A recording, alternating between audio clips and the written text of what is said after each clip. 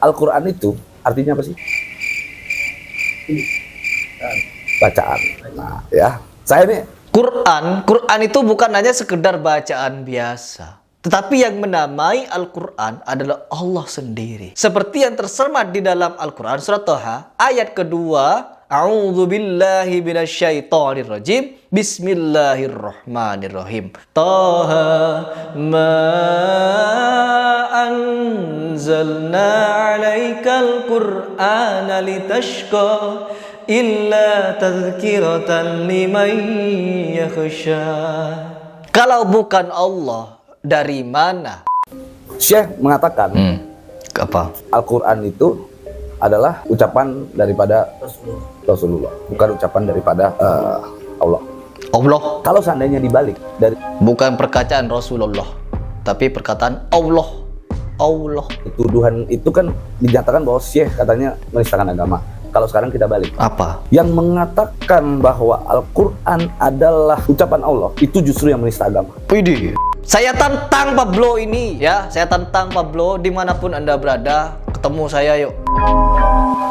A'udzubillahi minasyaitonirrajim. Bismillahirrahmanirrahim. Teman-teman, mari kita simak satu pernyataan dari seseorang yang membela Panji Gumilang, di mana orang ini telah saya reaction kemarin, katanya dia siap pasang badan untuk membela Al Zaitun. Maka saya juga siap pasang badan untuk membela MUI. Kalau orang seperti ini tidak diberikan sanksi tegas, maka kedepannya orang seperti ini akan meremehkan hukum di Indonesia dan akan membuat hukum-hukum baru, hukum-hukum sendiri seenak jidat dia, dan akan membuat Islam semakin buruk kedepannya. Ya, akidah akan dirusak oleh dia. Benar kata Mas Ken Setiawan atau para orang NII dulu yang telah insyaf, yang telah taubat mengikuti Panji Gumilang, bahwa ini bukan negara Islam Indonesia. NII adalah negara impian iblis. Dajjalnya siapa? Dajjalnya adalah Panji Gumilang. Dan sekarang saya ingin memberikan pernyataan yang sangat tegas untuk memberikan tanggapan dari pernyataannya si Pablo ini, di mana Pablo ini memberikan statement yang ngawur menurut saya. Ya, anak-anak seperti ini nih, anak model seperti ini nih yang sok-sok tahu terhadap akidah, seolah-olah ucapannya benar, dikasih tepuk tangan, dikasih sorak meriah oleh kaum-kaum Al Zaitun, kaum-kaum yang ingkar terhadap sunnah itu. Allah. Coba kita langsung lesen seperti apa pernyataan dari si Pablo ini. Yang saya sebut dengan pasang badan adalah begini, saya ada rencana apa? memang dalam waktu dekat saya akan meminta melakukan satu gerakan begitu, meminta pemerintah untuk mereview apa atau tindakan yang selama ini sudah dilakukan oleh MUI. Waduh. Jadi seolah-olah MUI telah mengambil tindakan yang salah, teman-teman. Ya, seolah-olah MUI melakukan tindakan yang salah. Siapa Pablo ini? Itu yang terjerat kasus ikan asin itu ya. Na'udzubillah. Tiba-tiba dia ngomong ingin melakukan koreksi terhadap MUI, menyarankan pemerintah untuk mengoreksi MUI. Anda yang perlu dikoreksi otaknya, ya. Otak Anda itu. Tuh. Yang pertama yang saya mau lakukan, mungkin rencana saya seperti itu. Yang Rencana. kedua, Punya rencana. saya sempat tadi menawarkan kepada nggak usah takut kalau masalah rekening ditutup ya. Ya, saya kenapa? siap untuk membiayai operasional pendidikan Al Zaitun sampai rekening kebuka. Gitu. Itu sih sebenarnya. Ya, nanti kita tinggal lihat. Gitu. Harusnya sih kebuka lah. Apa yang mau disampaikan di sini? Diblokir kenapa? Ini kan menjadi pertanyaan banyak. Diblokir karena ada transaksi yang mencurigakan. Bagaimana suatu pondok pesantren transaksinya bisa triliunan begitu? Pondok pesantren memiliki dana sebesar itu dari mana? Transaksinya mencurigakan, rekeningnya begitu banyak. Penjelasan Pak Mahfud MD itu sudah sangat jelas ya, di mana Pak Mahfud MD memberikan keterangan yang sangat akurat mengenai apa yang terjadi terhadap rekening-rekening itu. Sampai akhirnya memblokir rekening itu. Masih kurang apa? Seharusnya dengan bukti-bukti hal demikian, itu sudah menjadi kekuatan bagi Bareskrim untuk mengangkat hal tersebut terhadap sesuatu yang bisa membawa Panji Gumilang menjadi tersangka. Tetapi apa? Aduh, ini Pablo ini juga ini. Pemerintah juga harus terbuka dong. Diblokir kenapa? Benar nggak? Transaksi Jangan kita blokir kan kalau tidak ada asas keadilan di sana, memblokir itu namanya jolim. Betul Jolim. dong? Maka pemerintah harus memberitahu, mengedukasi kepada orang kenapa itu diblokir. Itu dulu pertama, beritahu gitu. Oh, karena ada dugaan penyimpangan dana BOS misalnya. Lalu pertanyaan saya, berapa nilai total yang disita? Katanya ada 16 triliun lebih. Dana BOS yang diterima berapa? Hitung-hitungan katanya ada 100 sekian miliar. Ya sudah, itu saja yang diblokir, sisanya kembali ngapain lagi? Sisa uangnya itu kan transaksi mencurigakan. Yang dinyatakan oleh Pak Mahfud MD adalah transaksi mencurigakan yang dimana hanya sebatas pondok pesantren, tapi transaksinya bisa triliunan. Dapat dana triliunan dari mana itu? Ini kan luar biasa yang perlu dipertanyakan, perlu dipertanggungjawabkan. Dipusingkan. Kan itu maksud saya begitu loh. Jadi karena di sini banyak terkait dengan hajat hidup orang banyak gitu. Orang-orang yang ada di sini, santri-santri di sini membutuhkan asupan ilmu setiap harinya agar mereka itu bisa menjadi orang. Ilmu yang menyimpang, ilmu yang sesat, orang yang telah didoktrin oleh Panji Gumilang dengan cara-caranya Panji Gumilang, itu adalah suatu penyesatan terhadap akidah, dan akidah yang sesat itu didoktrin kepada anak-anak dan tanpa pertanggungjawaban. Apabila Panji Gumilang ingin mendoktrin santri-santrinya dengan cara yang demikian dan dipublikasi, diketahui halayak, apabila itu tidak sesuai dengan Quran dan As-Sunnah, wajib hukumnya untuk didialogkan dengan ulama-ulama yang lain, dengan LSM-LSM yang lain. Ibarat seperti Imam Bukhari. Ketika Imam Bukhari mendapatkan julukan bahwa dia adalah seorang perawi hadis yang paling banyak, bahkan sampai ratusan ribu hadis dia hafal. Di sini kita ketahui bahwa Imam Bukhari sempat dites oleh 10 ulama, untuk diketahui sejauh mana keilmuannya. Bukan hanya sekedar mengeluarkan fatwa begini. Ketika diminta pertanggungjawaban untuk mendialogkan secara ilmiah, takut, sok-sokan ngomong mau menggelar karpet merah. Setelah dikirimkan surat gelar karpet merahnya, yuk dialog. Takut. Nunggu tahun depan katanya. Nunggu akhir semester. Nunggu ini. Akhirnya apa? Itu hanya alibi untuk menghindari dialog ilmiah. Karena apa? Tahu kalau dia salah. Tahu kalau dia akan kalah. Mau apa lagi? Mau dibela lagi? Kalau mau membela, gunakan dalil, berani dialog ilmiah. Wajib dialog. Disiarkan secara live, dijaga TNI dan Polri. Agar apa? Agar berjalan secara kondusif. Orang yang mengaku intelektual tidak akan pernah dia takut untuk meladeni dialog ilmiah. Orang yang mengaku cerdas di dalam bidang agama, ketika diajak dialog, dia tidak akan lari, dia tidak akan menghindar, dia akan sanggup untuk meladeninya. Karena apa? Dia mengaku di jalan yang benar. Orang yang mengaku berjalan di atas jalan yang benar tidak akan pernah takut terhadap apapun. Kita ini yang menentang dialog ilmiah terhadap Panji Gumilang, kita tahu bahwa melihat suatu penyesatan yang jelas di depan mata kita, dan mereka juga mengaku benar, maka kebenaran ini harus dipertanggungjawabkan. Kalau hanya keluar-keluar di media sosial, saya ini benar, saya ini begini, ya nggak ada ujungnya tanpa dialog ilmiah. Syekh mengatakan yang katanya Al-Quran itu adalah ucapan daripada Rasulullah, bukan ucapan daripada Allah. Kalau seandainya dibalik dari, bukan perkataan Rasulullah, tapi perkataan Allah. Tuduhan itu kan dinyatakan bahwa Syekh katanya menistakan agama. Kalau sekarang kita balik, apa? Yang mengatakan bahwa Al-Quran adalah ucapan Allah, itu justru yang menista agama. Widih, na'udzubillah. Ini pemikiran yang sudah terlanjur liberal dan sesat. Pokoknya siapapun yang berbaris di barisan Panji Gumilang, pemikirannya rusak.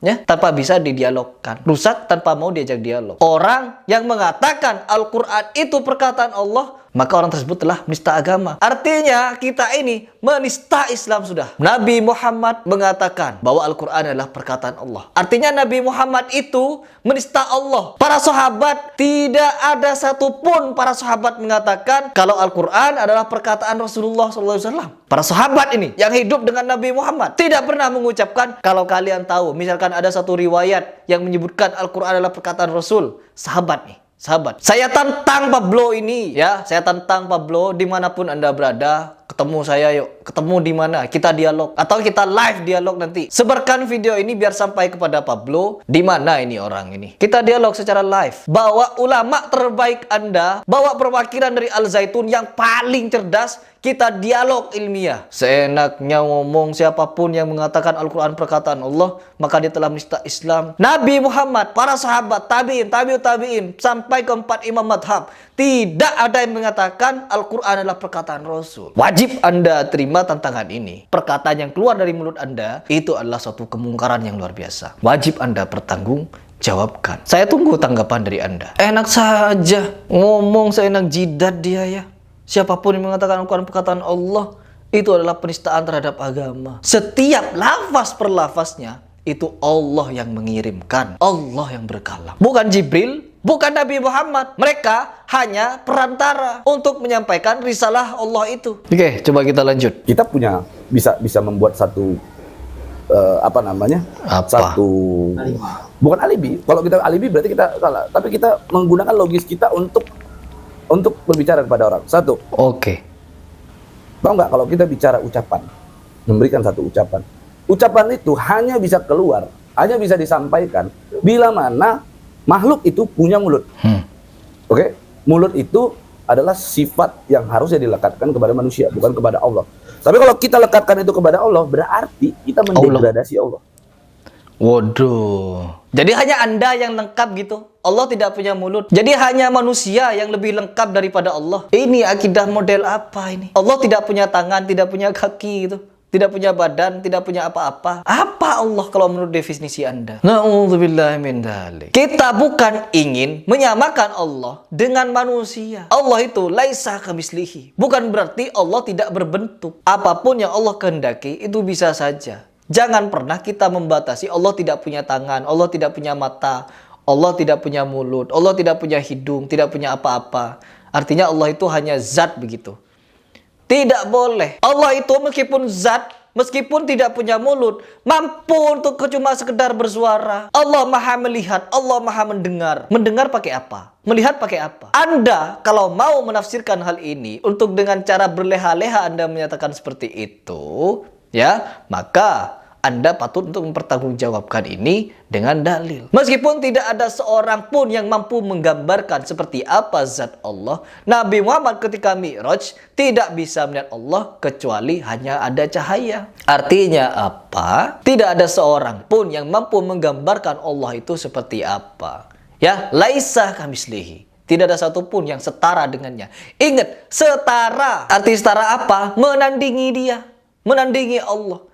Tidak ada sesuatu pun yang tertanding dengan Allah. Bagaimana ini? Allah. Lebih sempurna Anda gitu dari Allah. Meskipun Allah bisa mengeluarkan suara, itu bukan berarti kita mau mereka-reka seperti apa mulut Allah. Allah maha melihat seperti apa mata Allah. Allah maha mendengar seperti apa telinga Allah. Allah maha dekat. Lebih dekat dari urat nadi. Apakah Allah ada di diri kita?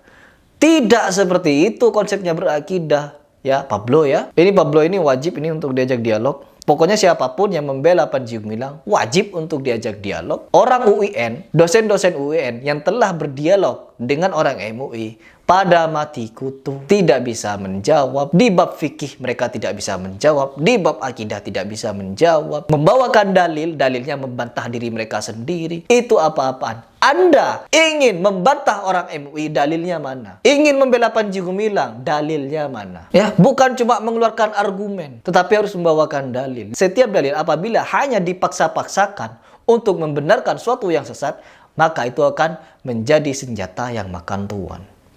Lihat saja, lihat saja. Bolehkah kita mengatakan bahwa orang yang mengatakan bahwa Al-Quran adalah ucapannya Allah, lalu kita katakan itu sesat? Oke, satu. Yang kedua, Al-Quran itu artinya apa sih? Bacaan. Nah, ya. Saya ini kurang bukan orang yang jago-jago agama banget, tapi kalau basic Iqra mah paham lah gitu ya. Nah, sekarang Al-Quran itu artinya bacaan. Oke. Bacaan bisa ada. Quran itu bukan hanya sekedar bacaan biasa. Tetapi yang menamai Al-Quran adalah Allah sendiri. Ya, Quran adalah Allah yang memberikan namanya sendiri. Seperti yang tersemat di dalam Al-Quran surat Thaha ayat kedua. A'udzu billahi minasyaitonir rajim. Bismillahirrahmanirrahim. Thaha ma anzalna 'alaikal Qur'ana litashqa illa tadhkiratan liman yakhsha. Kalau bukan Allah, dari mana? Seperti ayat-ayat yang berbunyi Thaha. Nah, ayat ini tidak lain tidak bukan adalah dari Allah. Ya, yang memiliki tafsirnya adalah Allah. Yang tahu kenapa bisa menyampaikan Thaha adalah Allah. Apabila Al-Quran ini adalah karangan dari Nabi Muhammad SAW, tentunya kenapa ada kalimat-kalimat seperti Thaha, Yasin, Alif Lam Ra, Alif Lam Mim. Ini tidak lain tidak bukan Rasulullah tidak ingin mengurangi ataupun menambahi apa yang telah Allah firmankan kepada dia. Dilanjutkan di ayat yang kedua, kami ini tidak menurunkan Al-Quran kepadamu Muhammad agar engkau tidak menjadi kesusahan, kepayahan. Ya, untuk menjadi suatu petunjuk, penerang jalan umat. Inilah Al-Quran. Dilanjutkan di ayat berikutnya. Selain Al-Quran ini sebagai petunjuk bagi orang-orang yang beriman, Al-Quran diturunkan melainkan sebagai peringatan bagi orang-orang yang takut. Takut kepada siapa? Takut kepada Allah. Bukan takut kepada Nabi Muhammad. Artinya apa? Al-Quran ini tidak ada perubahan sedikit pun. Kalau ada perubahan sedikit pun, maka Rasulullah akan merubah-rubah kalimatnya. Bahwa Al-Quran ini diturunkan kepadaku. Begitu kata Nabi. Agar aku menjadi orang yang lebih takut kepada Allah. Begitu. Tetapi apa? Rasulullah tidak merubah satu lafaz pun yang ada di dalam Al-Quran. Artinya apa?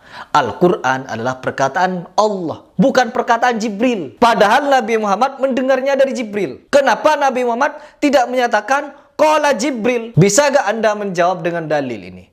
Pablo, Anda saya tantang dialog di sini. Bisa gak Anda menjelaskan bahwa kenapa Rasulullah tidak menyebutkan Al-Quran ini Qala Jibril, padahal Rasulullah mendengarnya dari Jibril? Kenapa? Allah. Udah cukup. Tidak perlu panjang lebar saya memberikan tanggapan terhadap kenyelenehan si Pablo ini. Membela dengan cara yang gedabrus kalau menurut saya. Ini gedabrus ini. Tong kosong gedabrus bunyinya. Nauzubillah. Bagaimana kalau menurut kalian? Ya, bantu share video ini agar sampai pada Pablo. Saya menantang Pablo dialog ilmiah. Ya, bawa orang terbaik Anda untuk berdialog dengan saya juga akan bawa orang terbaik saya. Kalau perlu, ajak orang terbaik di Al Zaitun, 100 orang terbaik di Al Zaitun berdialog dengan 1 orang terbaik saya akan jamin dan saya pastikan kalian tidak akan menang. Ya, saya tunggu keberanian kalian untuk berdialog ilmiah dengan tim saya.